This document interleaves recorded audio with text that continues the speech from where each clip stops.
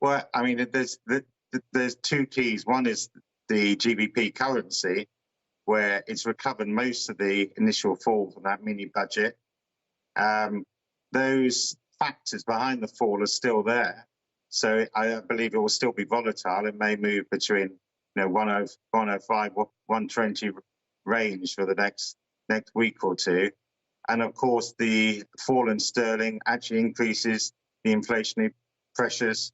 Then we have the secondary factor, which is a rise in interest rates, a rise in mortgage rates, and what happens at the forthcoming meetings of the Bank of England, where the market's now expecting a 100 basis point rise, whereas before it was 75. Right, OK, that all sounds suitably grim, Alan. Thank you for that. But in terms of the equity market, I'm trying to find something here. On a Monday morning, I'm normally as glum as anyone, Alan, but is there any solace to be found anywhere?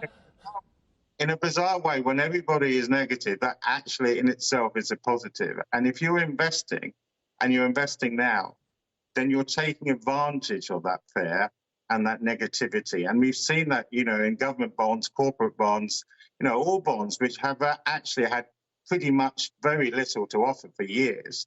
And now the yield on, UK gilts is over 4%. You can buy high quality UK corporate bonds yielding close to 6%. You can buy dollar-based emerging market bonds yielding 8% per annum.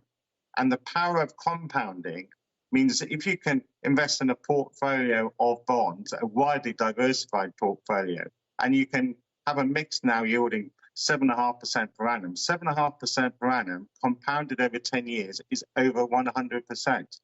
So, I mean, there is a positive if you have the cash to invest. There are attractive opportunities both in bonds and equities at the moment. Alan, can I pick up on that point around the weakness that we've seen in pound? Because I know in some quarters in the property market, for instance, there was stepped up interest from some of the Americans about investing here. We've seen it before around Brexit. There's been a ton of takeover plays. M&A's really stepped up as pound weakened. Do you think we're in that phase still for a little while from here? Well, in terms of more M&A in the UK? Yeah, exactly. Yeah, I wouldn't be surprised. I mean, thinking back to that large takeover of Arm all those years ago, that was following, I believe, a kind of quite a substantial fall in sterling. And obviously, the fall in sterling makes UK companies cheaper, particularly to US dollar-based creditors. So I would have thought there'll be a step up in M&A particularly from the US into the UK. Hi, I'm Joanna Bersecci, and thank you for watching. You can check out more of our videos by clicking on the boxes on the screen.